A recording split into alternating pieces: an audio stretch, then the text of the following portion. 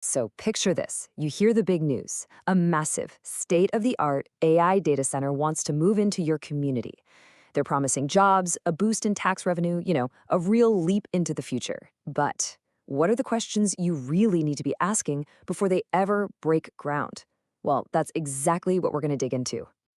And just so you know, everything we're about to cover, it's all based on some really solid expert research. This is actually part 6 of our 10-part explainer, and we're pulling from a big report by Virtualization Options LLC. The report's called Conducting an AI Data Center Community Impact Assessment. We're zeroing in on Chapter 6, which is basically a hands-on toolkit for any town that finds itself in this exact spot. Right, so this really gets to the heart of it. This isn't about being anti-tech or anything like that. It's just about being prepared. Are you ready? Are your neighbors ready to look past those shiny brochures and really dig into what this proposal means for your town? The best way to think about these things is like getting a brand new industrial neighbor. But this isn't just any neighbor. They're huge. We're talking about something that can use as much power and water as a small city, running around the clock, 24/7. Now, sure, there's potential there, but it also comes with this big cloud of unknowns. And the only way to get through that cloud is with cold, hard facts. Okay, so how do you get those facts? You need a game plan, a framework, and that's what this research gives us. It takes all this complexity and boils it right down to 4 key questions you need to ask. Think of it as your community's toolkit, designed specifically to cut through all the PR and the developers' talking points.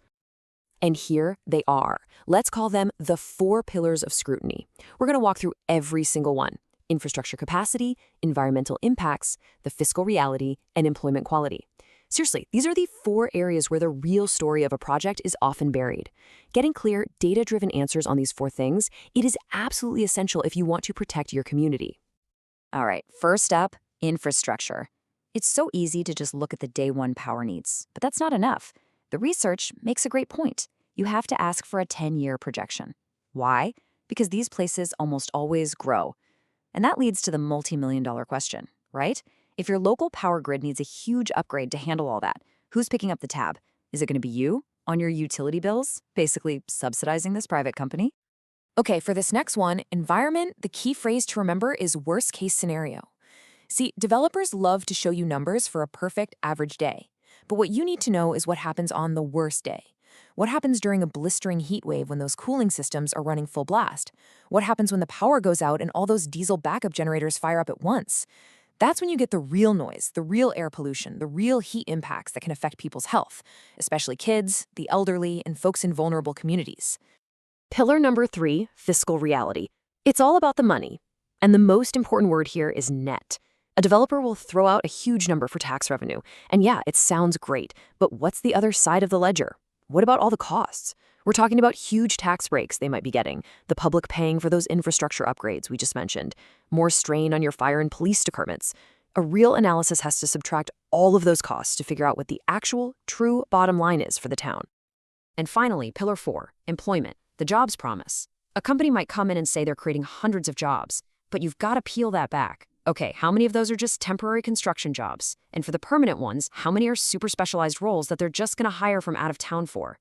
The question you have to ask is this: how many permanent local jobs will this create that pay a real, family-sustaining wage right here in our community? Asking these tough questions isn't just about trying to negotiate a better deal. Sometimes it's about finding out if the project is just a fundamentally bad fit for your town. And the research is really clear on this. Communities absolutely have valid, data-backed reasons to say no. This isn't about being a NIMBY, not in my backyard. This is just smart, responsible leadership. So what are some of those legitimate reasons to say no? Well, maybe the data shows your infrastructure just can't handle it without taxpayers footing a giant bill. Or maybe the environmental study shows the noise and air quality impacts are just unacceptable.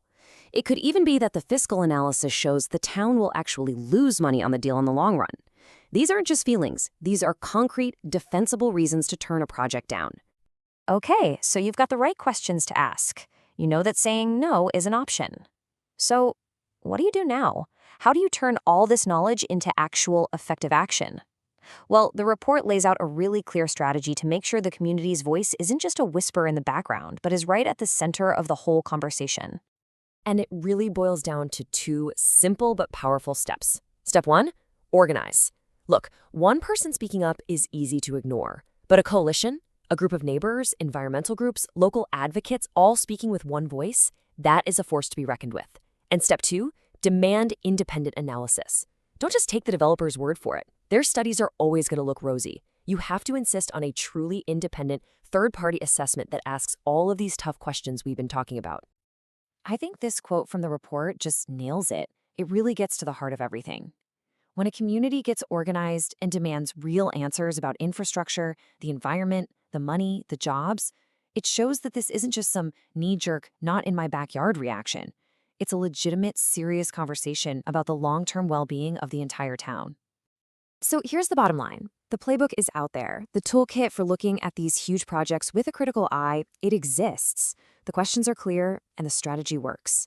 The only real question left is, how is your community going to use it? How are you going to take this information and actively build the future that you want to see?